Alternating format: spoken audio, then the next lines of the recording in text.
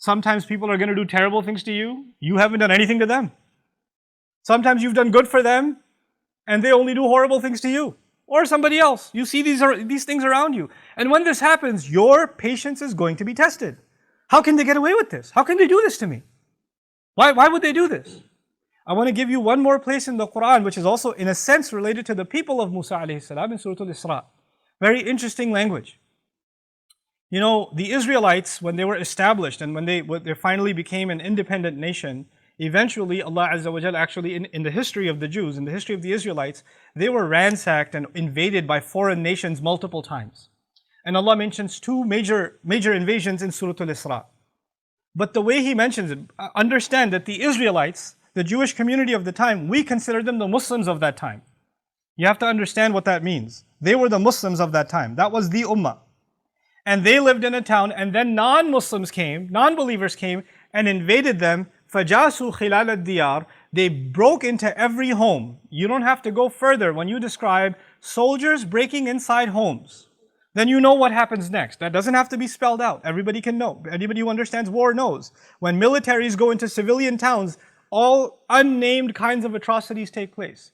But that army that came in, you know what Allah called them? He says, بَعَثْنَا عَلَيْكُمْ عِبَادًا لَنَا أُولِي بَأْسٍ شَدِيدٍ. We appointed over you, meaning we sent to invade over you, servants of ours. The strangest phrase.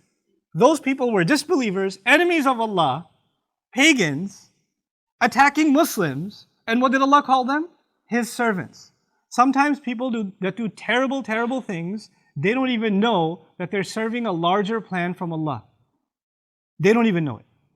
They don't even know that even in their rebellion against Allah, they are actually at Allah's service. They don't even know. The believers might not understand why this is happening to them. They don't see the future script. They don't have that curtain lifted from Allah, like in the case of the teacher of Musa, who said, look, this is going to test your patience because you don't know what's behind the scenes. All you see is what's happening in front of you. You don't know what's going on, in the background. This is alimul ghaybi wa shahada. Allah knows the unseen and the seen. We only get to see what's in front. And when we see what's in front, we go crazy. We lose patience. You say, how can they do this? How did Allah let this happen?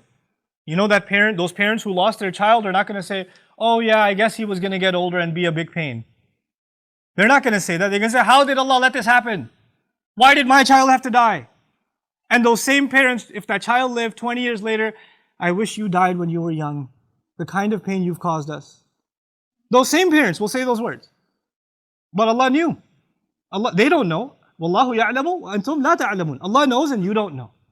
Allah has knowledge and you don't have knowledge. This is the kind of lesson that Musa alayhi salam could not just have been told. He had to experience it. Why? Because you can read about patience. You can learn about it. You can listen to a khutbah about it.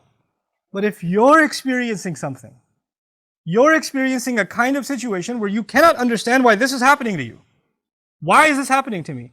And then still know, لا تحسبوه شرا لكم بل هو خير لكم. Don't think this is a bad thing for you. There's good in this for you.